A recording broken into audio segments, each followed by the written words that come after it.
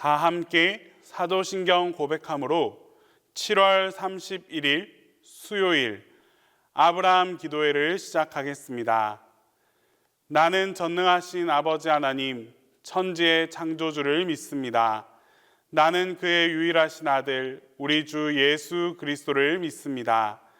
그는 성령으로 잉태되어 동정녀 마리아에게서 나시고 본디오 빌라도에게 고난을 받아 십자가에 못 박혀 죽으시고 장사된 지 사흘 만에 죽은 자 가운데서 다시 살아나셨으며 하늘에 오르시어 전능하신 아버지 하나님 우편에 앉아 계시다가 거기로부터 살아있는 자와 죽은 자를 심판하러 오십니다.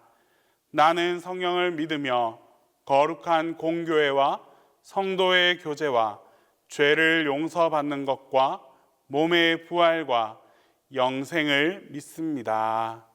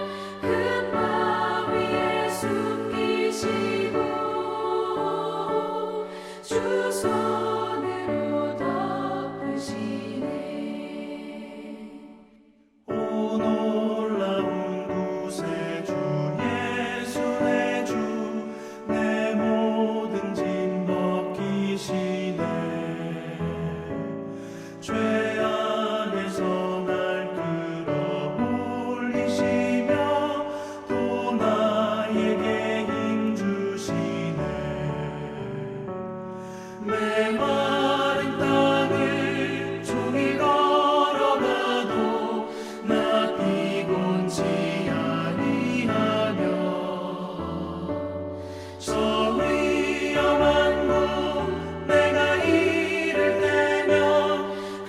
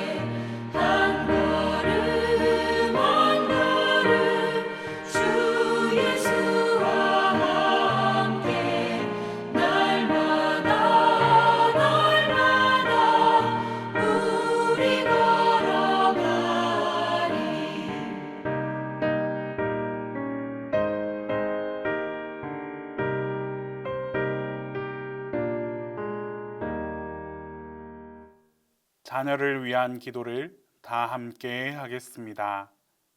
주님, 우리 자녀들을 마음이 따뜻한 존재로 빚어 주소서. 친구를 포용하며 이웃을 배려하는 사람으로 자라나게 하소서. 주님, 우리 자녀들을 하나님을 경외하게 하소서. 세상 지식과 더불어 하나님의 지혜를 따라 살게 하소서. 주님, 우리 자녀의 몸과 마음을 건강하게 하소서.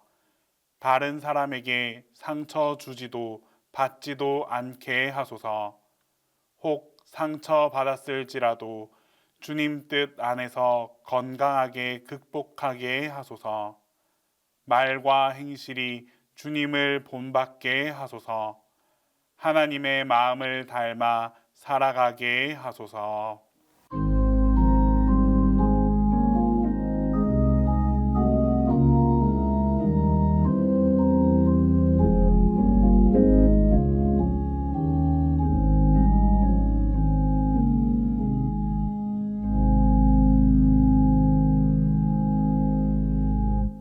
오늘 우리에게 주시는 하나님 말씀은 야고보서 2장 18절에서 24절입니다.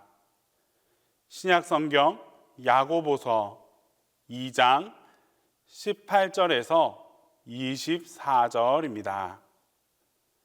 어떤 사람은 말하기를 너는 믿음이 있고 나는 행함이 있으니 행함이 없는 내 믿음을 내게 보이라. 나는 행함으로 내 믿음을 내게 보이리라 하리라. 내가 하나님은 한 분이신 줄을 믿느냐? 잘하는도다. 귀신들도 믿고 떠느니라. 아, 허탄한 사람아, 행함이 없는 믿음이 헛것인 줄을 알고자 하느냐? 우리 조상 아브라함이 그 아들 이삭을 제단에 바칠 때에 행함으로 의롭다 하심을 받은 것이 아니냐? 내가 보거니와 믿음이 그의 행함과 함께 일하고 행함으로 믿음이 온전하게 되었느니라. 이에 성경에 이른바 아브라함이 하나님을 믿으니 이것을 의로 여기셨다는 말씀이 이루어졌고 그는 하나님의 벗이라 칭함을 받았나니 이로 보건대 사람이 행함으로 의롭다 하심을 받고 믿음으로만은 아니니라. 본문의 야고보는 믿음을 가지고 있다 하면서 행함이 없다면 죽은 믿음이고 가짜 믿음이며 하나님께서 기뻐하시는 믿음이 아니라고 말씀합니다. 이는 2000년 전 초대교회 성도들에게나 오늘 우리에게나 똑같이 해당되는 말씀입니다. 14절 말씀에서 내 형제들아 만일 사람이 믿음이 있노라 하고 행함이 없으면 무슨 유익이 있으리요? 그 믿음이 능히 자기를 구원하겠느냐? 듣기에 따라서 이 말씀은 매우 충격적인 말씀으로 들립니다. 왜냐하면 행함이 없는 믿음은 구원받지 못하는 믿음이라고 규정하고 있기 때문입니다. 야고보는 15절과 16절 말씀을 통해 예를 들어서 설명하고 있습니다. 사랑하는 자가 어려움을 겪을 때 우리는 그 사람이 어려움을 겪고 있다는 것을 뻔히 알고 있음에도 불구하고 아무것도 도와주지 않은 채 그저 열심히 기도하겠다고 말합니다. 자신은 아무 일도 하지 않으면서 하나님이 당신을 도우실 것이다 라고 말하는 것은 공허한 메아리에 불과합니다. 야고보는 이런 믿음을 진짜 믿음이라고 할 수 있겠는가 하고 문제를 제기합니다. 17절 말씀에 이와 같이 행함이 없는 믿음은 그 자체가 죽은 것이라. 우리가 이 말씀을 파격적인 말씀이라고 생각하는 이유는 바울이 전했던 복음 때문입니다. 당시 바울은 이방인과 개종한 유대인들에게는 큰 영향을 끼친 사람이었습니다. 바울은 오직 믿음으로 구원받는다라는 사실을 가는 곳마다 전했습니다. 하지만 이것이 오히려 큰 오해를 낳았습니다. 특히 로마서 10장 10절 말씀을 보면 사람이 마음으로 믿어 의에 이르고 입으로 시인하여 구원에 이른다라는 말씀이 있습니다. 이 말씀을 오늘의 논리로 읽으면 구원받는 것이 이렇게 쉬운 것인가 라고 질문할 수밖에 없습니다. 왜냐하면 마음으로 믿는 것은 개인적인 영역이기 때문에 검증할 방법이 없기 때문입니다. 입으로 시인하는 것도 그 사람의 진심을 알 수 있는 방법은 되지 못합니다. 하지만 이 바울이 로마서를 기록할 당시의 상황으로 한번 우리가 돌아가 보면 그리 가볍지 않은 말씀이라는 것을 알 수 있습니다. 물론 마음으로 믿는 것은 개인적인 영역입니다. 하지만 입으로 시인하는 것은 공적인 영역입니다. 세례를 받을 때 교회 공동체 앞에서 나는 예수님과 함께 죽고 주님과 함께 살며 어떤 고난이 와도 예수님을 떠나지 않겠다고 공언해야만 세례를 받을 수 있습니다. 그런데 당시는 기독교가 인정받지 못했던 시절이었고 교회가 박해를 받던 시절이었습니다. 만약 공적인 자리에서 예수님을 그리스도로 인정했다라는 사실이 알려지게 되면 그는 당장 끌려가서 죽임을 당할 수밖에 없었습니다. 이것이 당시의 상황이었습니다. 그러므로 바울이 로마서에서 말한 입으로 시인한다라는 것은 오히려 적극적인 행동을 말하는 것입니다.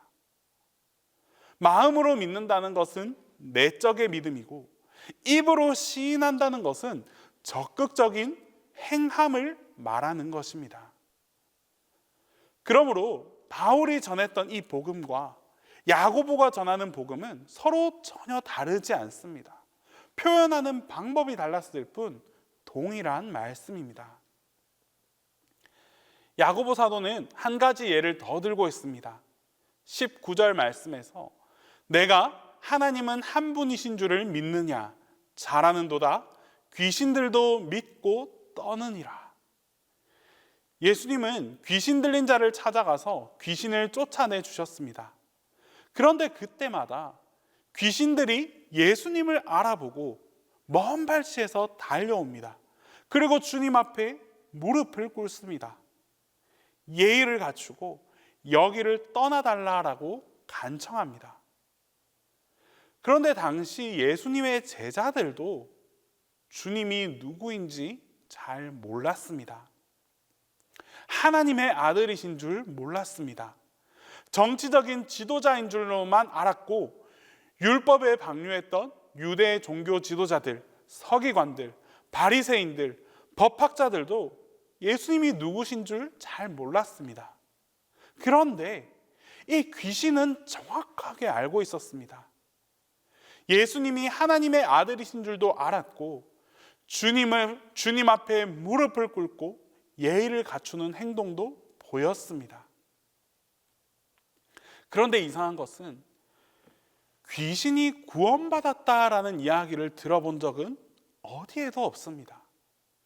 왜 그렇습니까?